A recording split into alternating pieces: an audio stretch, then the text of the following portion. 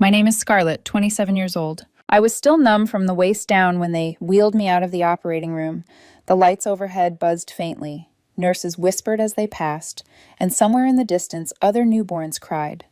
Their voices carried through the sterile halls, little echoes of life, but none of them were mine. My daughter had been taken straight to the NICU for monitoring. I hadn't even seen her face yet. This was not how I imagined it.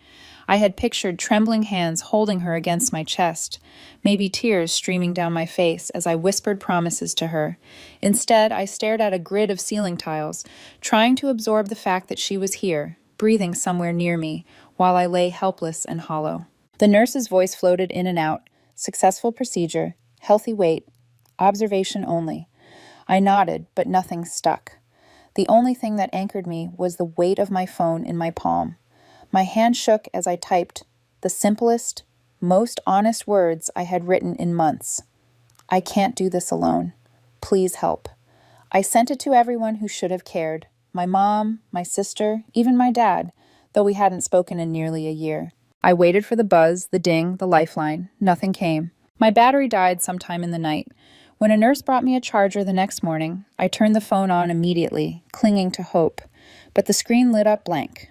No missed calls, no messages, no voice notes, just a Facebook notification. I opened it with numb fingers.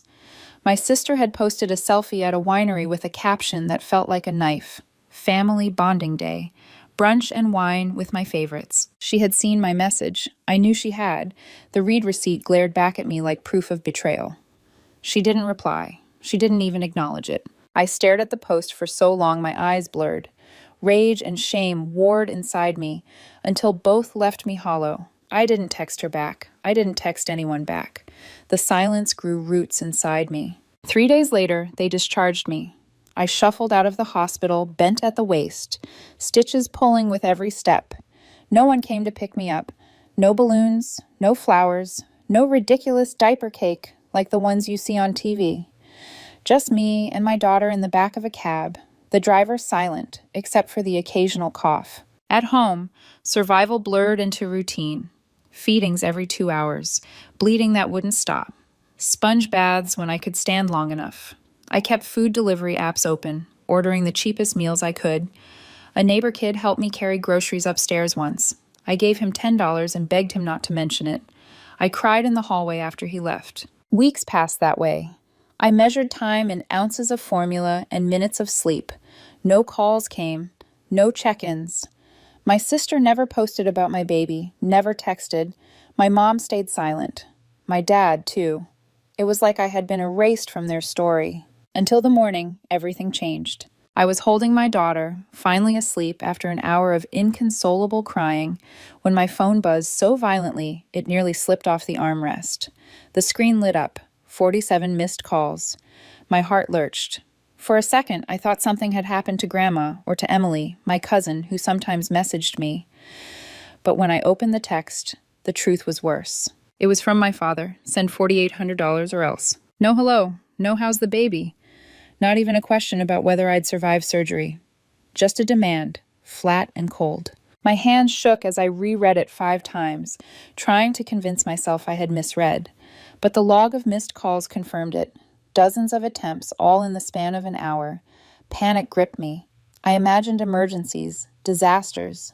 Instead, it was a bill. I wrote back one word. No. No punctuation. No explanation. No apology. I didn't owe them one. I didn't know what the or else meant. I didn't care. Something in me cracked, clean and final. But the break wasn't relief. It was a warning, because I knew this wasn't the end. 2 mornings later, the pounding started. Not knocking, not tapping, fists slamming against my door so hard the frame rattled. My daughter stirred in my arms, and then shrieked awake, her cry cutting through my panic. I crept to the peephole. There they were, my parents. I hadn't seen either of them in almost a year, not during the pregnancy, not during the surgery, not in the NICU. And now they were outside my door, not with flowers or baby clothes, but with anger in their eyes and entitlement in their posture. I opened because I knew they wouldn't leave quietly. They brushed past me without asking, without a greeting. My mom scanned the apartment like she was appraising a piece of junk furniture. My dad went straight to the fridge, opening it, inspecting it, closing it again without a word. Not once did they look at the baby in my arms. Then Mom started talking like we were in the middle of a conversation I hadn't agreed to. The venue called, the photographers threatening to cancel, the dress deposit's overdue, we need help. Not we need to see the baby, not how are you healing, just money, wrapped in the language of family responsibility. I froze. Where were you 3 weeks ago when I asked for help, when I was bleeding and begging? Dad didn't flinch. You should have handled it quietly, like an adult. My stomach churned. My hands tightened around my daughter as if shielding her from the venom dripping from their words. Mom's voice rose, sharp with rehearsed indignation. Your sister is struggling. She's been under so much stress. The wedding is collapsing. Do you understand how hard she's trying? I remembered her fiancé punching a hole in the wall at Thanksgiving because someone joked about his potatoes. I remembered the drunken shouting, the apologies smoothed over with excuses. Rough patch, they called it. And now I was supposed to fund that disaster? No, I said. That one syllable cracked the air like glass. Mom's face twisted. You're being cold. Family helps family. Dad's tone sharpened. You're holding grudges over nothing. That baby doesn't change your responsibilities. My daughter began crying again, her little voice rising with the tension. They didn't even glance at her. I walked to the door, opened it wide. My body still ached from surgery, but the anger carried me. Get out. They didn't move at first. Then slowly, like royalty, humoring a servant, they walked past me. Mom hissed, You'll regret this. Dad muttered, Don't expect anyone to be there for you when it really falls apart. I shut the door, locked it. And for the first time since the hospital, I didn't cry. I was too tired for tears. That night, scrolling through contacts I hadn't touched in months, my thumb hovered over one name, Noah. He had once been steady, loyal. He had stepped back when I was with my ex, but he'd texted once after the breakup. You know where I am if you need me. I never answered, until now. I sent him a photo of the baby, no caption, no explanation. His reply came almost instantly. She's perfect. Are you okay? I stared at the message, breath catching, before typing 3 words. I need help. I didn't know what I meant, but I knew I meant it. And for the first time in weeks, I wasn't alone. Noah showed up the next morning without me asking. His text was simple. I'm outside. No pressure. I stood frozen at the door, unsure if I wanted him to see me like this, unshowered, hollow-eyed, clothes hanging off me. But another part of me didn't care anymore. I opened the door. He had 2 bags in his hands, groceries in one, baby supplies in the other. Formula I hadn't told him about, wipes, even a pack of onesies. It was like he had anticipated needs I hadn't dared say out loud. The way he stepped inside was careful, not slow, not dramatic, just respectful. He didn't glance around with judgment. He didn't make a comment about the mess or the smell of exhaustion. He just slipped off his shoes and asked, "Tea or coffee?" That first day, we didn't talk about my family at all. I fed the baby while he washed dishes I'd abandoned in the sink. Later, he made pasta with butter and garlic, simple and warm. We ate quietly, the baby between us in her bassinet. At one point, he leaned over and gently moved her tiny hand away from her face so she could breathe easier. My chest ached with gratitude and something else I didn't want to name yet. That night, after he left, I checked my phone. 32 unread messages, most from Mom, some from my sister, 2 from numbers I didn't recognize, probably Dad. My mother had sent pictures of my sister crying in her wedding dress, captions about how I was destroying her day. She wrote that a decent person would help, even after everything. Then came a new message. We're going to have to do something drastic. I don't want it to come to that.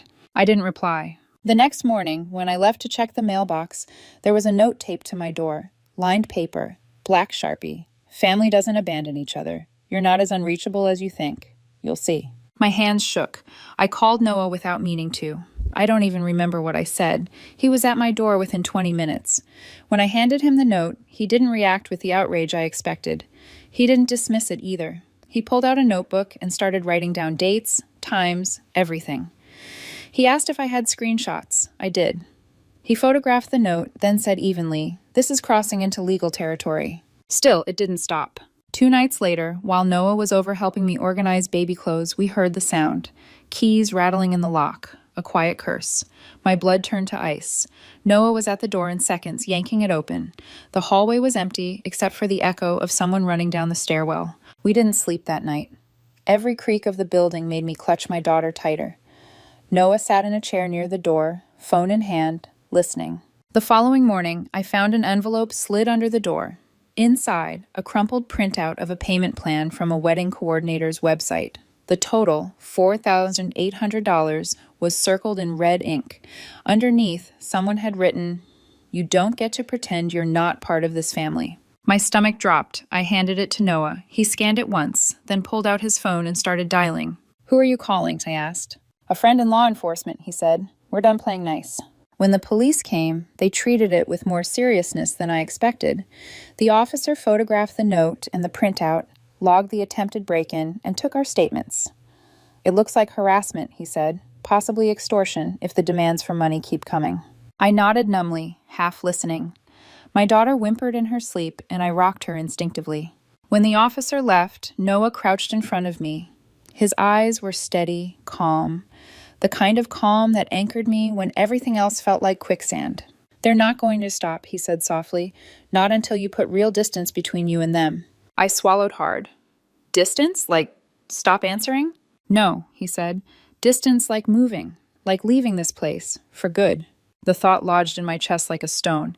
"I can't just leave. I don't have money for another lease. I can't—" "You can stay with me," he interrupted. His voice was matter-of-fact, not romantic, not dramatic. "I've got a spare room. I can make it safe." I stared at him, the words stuck in my throat. My instinct screamed not to burden anyone, not to rely too much. But then my phone buzzed again. Another message from Mom. "This stubbornness will ruin you. Stop fighting us." I showed him. He didn't flinch.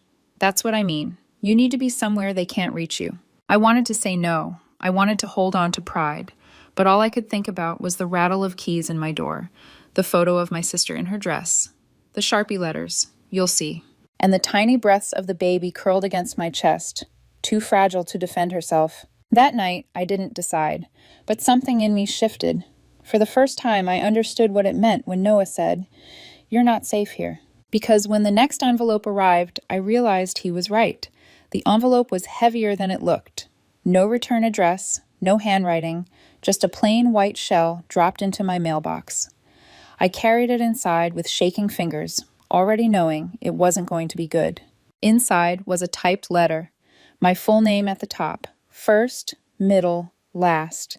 "If you refuse to help your sister on the most important day of her life, don't expect to be part of the next one. We've made arrangements to visit." No name at the bottom, no direct threat spelled out. But beneath the letter was something worse. Directions. Printed from a county assessor's office, the kind of property listing that showed square footage, parcel numbers, legal addresses, and then a photo. It was grainy, taken from across the street at night, but clear enough. My curtains half drawn, the light from my lamp spilling onto the sidewalk, and there, in the frame of the window, you could make out the outline of the bassinet. My stomach lurched. Someone had been outside, watching. I called Noah, my voice shaking so hard the words came out broken. He was there in 20 minutes. He didn't sit down when I handed him the envelope. He scanned it once, then twice, then went straight back outside to make a phone call I didn't overhear. When he returned, his face was set. "You're not staying here tonight," he said. "I can't just leave," I whispered. "All her clothes, diapers, bottles, everything's here. Grab what you need. We'll come back for the rest later. I already have a car seat in the truck." He wasn't asking. That night, we left with what fit into 2 bags. My daughter's wails filled the hallway as I carried her out. The air outside felt colder than it should have, like the street knew what had been done. I didn't look around to see if anyone was watching. Noah's house wasn't big, but it was clean, quiet, and warm. The guest room had already been set up with a portable crib and folded blankets. A small noise machine hummed soft ocean waves. I hadn't told him what I used to calm her. Somehow, he already knew. For the first time in weeks, I slept without jolting awake at every sound. The next morning, my phone buzzed with a notification from the bank. 3 failed login attempts. Unrecognized device. My throat went dry. Months ago, before everything collapsed, I had logged into my bank on Mom's tablet to transfer rent. I never logged out. I showed Noah. His jaw tightened. He added it to the folder he'd started, filled with screenshots, photos, printouts. That folder was thicker now than any baby book I'd managed to put together. When he looked at me again, his voice was steady. "This isn't just harassment. It's intrusion. Financial, personal, physical. We're going to expand the report. I nodded, feeling like I was falling deeper into a pit I couldn't climb out of. That night, he said something I wasn't ready for. You should think about breaking your lease. Permanently. I blinked. You mean move? For good? Yes. Move in with me.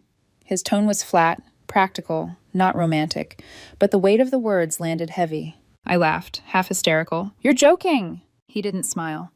No, Scarlett, I'm not. This isn't temporary. They're not going to stop just because you file papers. They're escalating. You need distance they can't cross. I wanted to argue, but then his phone buzzed. He glanced at the screen, froze, and held it up for me to see. It was a photo of his truck, parked outside his house, taken from a car window. The caption, "You can hide her, but not forever." The room spun, my chest tightened. For a moment, I couldn't breathe. Noah didn't curse. He didn't panic. He stood up, grabbed his keys, and stepped outside to make a call. 10 minutes later, he came back in, locked the door behind him, and said, "That's it. You're done here. You and the baby are with me now." I didn't argue. Not anymore. We moved everything in one trip. A friend of his showed up with a van, and in under 2 hours, the last traces of my old life were crammed into boxes. Clothes, bottles, blanket, a few dishes. No framed photos, no heirlooms, nothing worth saving from the wreckage of family. The landlord didn't see me. Noah handled the lease break, paid the penalty up front, and told me to forget about it. "This is about your safety, not debt," he said. That night, sleeping in his house, I felt like I was inhaling after weeks of drowning. It wasn't fancy, just white walls, a crooked lamp, and a faint smell of cedar. But it was safe. He had already stocked diapers in the closet. He had already folded burp cloths on the dresser. He had already made it a home. I didn't cry. Not then. I was too empty. But when I lay down beside the soft hum of the noise machine and my daughter's steady breathing, I realized something terrifying and beautiful. I wasn't terrified anymore. The next morning, another bank alert came in. Attempted access. Blocked. Noah added it to the file. He looked at me across the table, eyes steady. "They're not just trying to take your money. They're trying to take your control. We're going to stop them." For the first time, I believed him. Because now it wasn't just me holding the line. 2 weeks later, I found myself standing in the back of a courtroom with Noah at my side, my daughter bundled against my chest. The judge flipped through page after page of evidence Noah had so carefully gathered, screenshots of texts, photos of the notes taped to my door, the printout with the circled $4,800, the grainy photograph of my living room window with the bassinet silhouette, even the attempted bank logins, documented down to the minute. The judge barely looked up. He didn't ask many questions. His pen scratched across the paper, and then he spoke the words I didn't realize I'd been desperate to hear. Restraining order granted. It was over so fast I almost didn't believe it. Months of fear, weeks of escalation, and it ended with a few strokes of ink on a legal pad. But as we walked out of the courtroom, relief didn't flood me the way I thought it would. Instead, I felt hollow, like I had been bracing for so long that letting go would take more time than the order itself. Noah noticed. He didn't push me to celebrate. He just checked the rearview mirror a little too often on the drive home. That night, he taped the order to the inside of our front closet door, where I couldn't miss it. He didn't say it, but I knew why. Proof we weren't helpless anymore. Still, the quiet didn't last. A week after the order, Mom called Noah's workplace. Not mine, his. Somehow she'd found the company number. She told the receptionist that Noah was harboring a mentally unstable woman who had run off with her baby. She said there were legal matters unresolved, threatened to show up if it wasn't handled. When Noah came home early that day, I saw the anger in his jaw, the way he held his phone like it was burning his palm. He didn't tell me to calm down or that it was nothing. He called the officer we'd spoken to before, updated the report, and then told me we'd be visiting the station together. This time, we didn't just speak with a patrol officer. We sat down with someone from the domestic crimes unit, a woman with sharp eyes and a voice like steady glass. She listened as Noah laid out the timeline, the notes, the calls, the financial intrusions, even the workplace harassment. She didn't dismiss a single piece of it. When she finished flipping through the packet, she leaned back in her chair and said, "They're escalating. You did the right thing by coming here now." She explained the next steps. Additional documentation, protective orders, scrubbing my information from public records databases. Then she looked at me directly. They will try again, but this time it's you who has the power. Her words caught in my throat.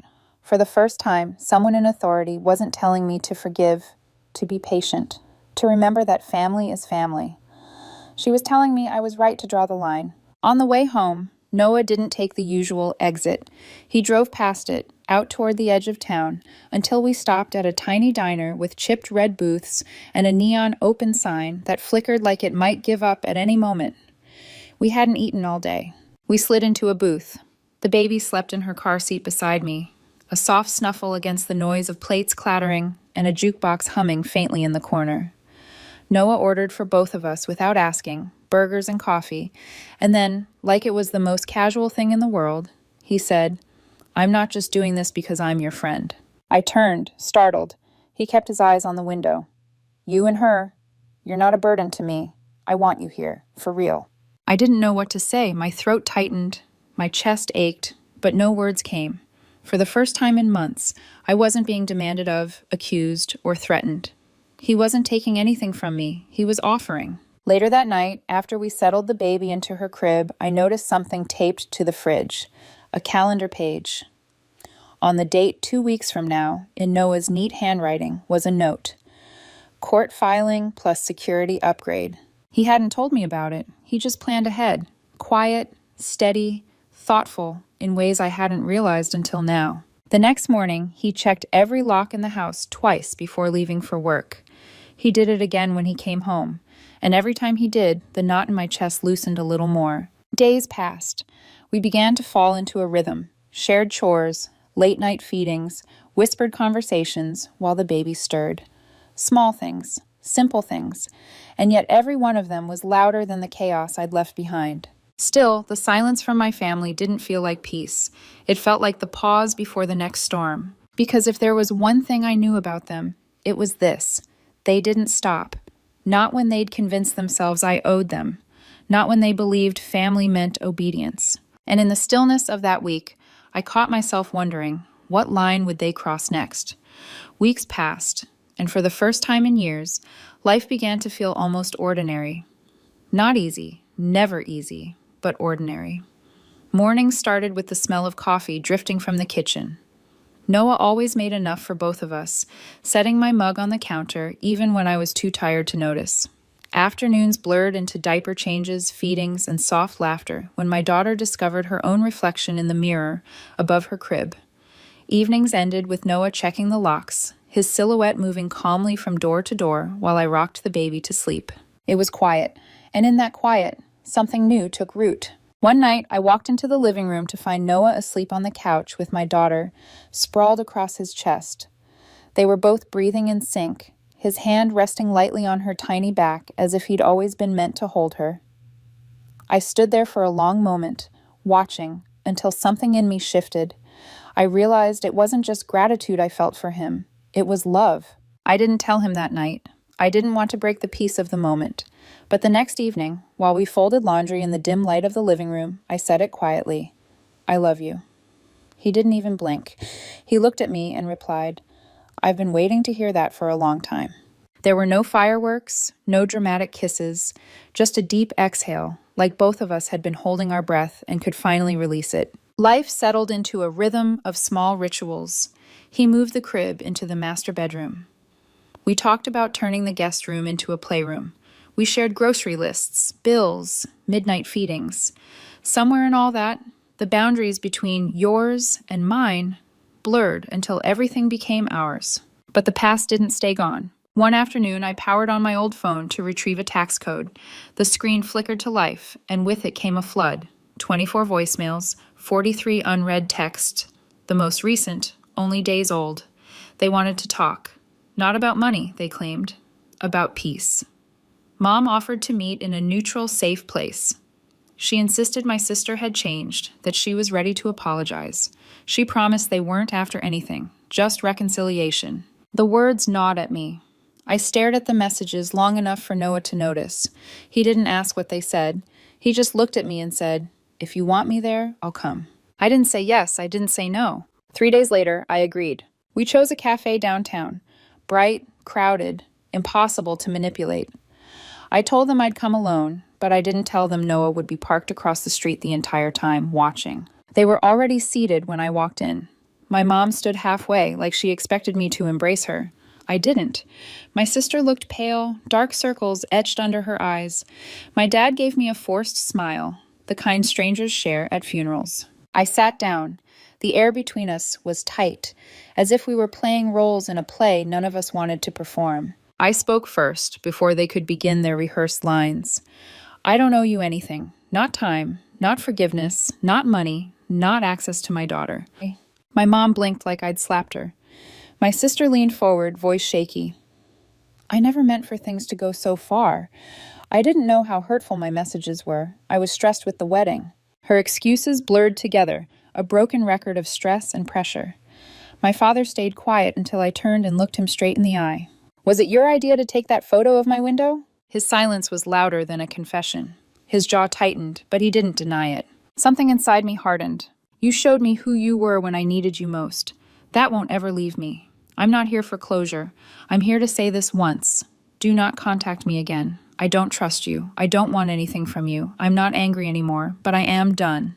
My mom gasped, clutching her purse as though my words had physically cut her. She tried again, desperate. We just want to know our granddaughter. I shook my head. She has a family. She has someone who shows up. I stood up, heart pounding but steady. Don't follow me. They sat there stunned as I walked out. Across the street, Noah's truck waited. I slid inside, buckled my seatbelt, and kept my eyes on the window. They say anything worth repeating? He asked. No, I said softly. They never will. For the first time in months, I believed it. 2 weeks passed. No calls, no knocks at the door, no envelopes slipped under the mat. The silence was so complete it felt almost foreign, like stepping into a room you'd always assumed was locked. Jack, the man I once thought I would build my life with, was a ghost now. My family had retreated into their own shadows, licking wounds I hadn't inflicted, only revealed. And yet, a part of me couldn't quite relax. I'd spent too many years waiting for the next shoe to drop. Noah noticed. He didn't say much, but he kept up the small routines that had become our fortress. Checking the locks every night, restocking diapers without asking, leaving notes on the fridge with grocery lists and reminders like appointment Tuesday, don't forget, quiet acts that built a life steadier than any promise my family had ever offered. One evening, as I stood at the stove stirring pasta, he leaned against the doorway watching me. You're quieter lately, he said. I shrugged. I'm waiting for the storm. He crossed the room, slid the spoon out of my hand, and replaced it with his. Sometimes storms run out of rain. I wanted to believe him. A week later, Emily texted me, one of the few relatives who hadn't turned on me. Mom's furious with everyone. Kyle's sulking at Grandma's. She says he eats through her fridge and sleeps all day. Even she's tired of him. I read the words twice, a bitter smile tugging at me. For once, his chaos wasn't mine to clean up. Emily followed with another message. Don't feel guilty. They made their choices. I didn't reply right away. My fingers hovered over the screen before I finally typed, I don't. Not anymore. That was the truth. Still, my family wasn't done entirely. One morning, I opened my email and found a message from Mom. No subject line, just a single sentence. You've changed. Don't let him isolate you from us. We're your blood. I didn't bother showing Noah. I didn't answer either. Instead, I archived it, then deleted the trash folder so thoroughly it was as if her words had never been typed. Blood, I thought bitterly, had been the knife they used to cut me open again and again. But love, the steady, chosen kind Noah gave me, was what stitched me back together. Life grew quieter still. My daughter started giggling at silly faces, gripping Noah's fingers with surprising strength. One night, after she finally fell asleep, I turned to him on the couch. Do you ever regret it? I asked softly. Regret what? Letting us in, the chaos, the drama, me. He shook his head immediately. No, not once. You don't understand, Scarlett, you and her. You're my family now, the only one I need. My throat tightened. For a long time, I thought family was a word I'd never be able to trust again. But in that moment, I realized it wasn't the word that was broken. It was the people I'd once given it to. A month later, through whispers of mutual acquaintances, I learned my sister's rushed backyard wedding had ended almost before it began. Her husband pawned some of Dad's jewelry when he got drunk, and Dad finally kicked him out. Divorce papers followed. Their picture-perfect event, the one I'd been told to sacrifice everything for, had crumbled into dust. The irony didn't make me happy. It just made me certain I had been right to walk away. I hadn't spoken to my parents in months now. They hadn't seen my daughter, hadn't heard her laugh or watched her crawl, and they never would. That door was closed, locked, sealed shut. Sometimes late at night, I wondered if I had been too harsh, if there was a version of this story where forgiveness lived alongside survival. But then I remembered the photo of my window, the circled $4,800, the note. You're not as unreachable as you think. And I knew there was no path back. The chapter of my life tied to them had ended. One evening, Noah grilled dinner on the back porch while the baby monitor buzzed quietly between us. The summer air was warm, the kind that clung to your skin. We ate in silence for a while until he said, almost casually, "Do you realize we haven't heard from them in over 2 months?" I nodded. Maybe they finally got the message. Or maybe, he said, they're regrouping. I looked at him, a flicker of fear in my chest, but his eyes were calm, steady. Either way, he continued, it doesn't matter, because now we know how to live without them and we're not going back. I reached across the table, took his hand, and held it tight. For the first time in my life, I wasn't the wallet. I wasn't the afterthought.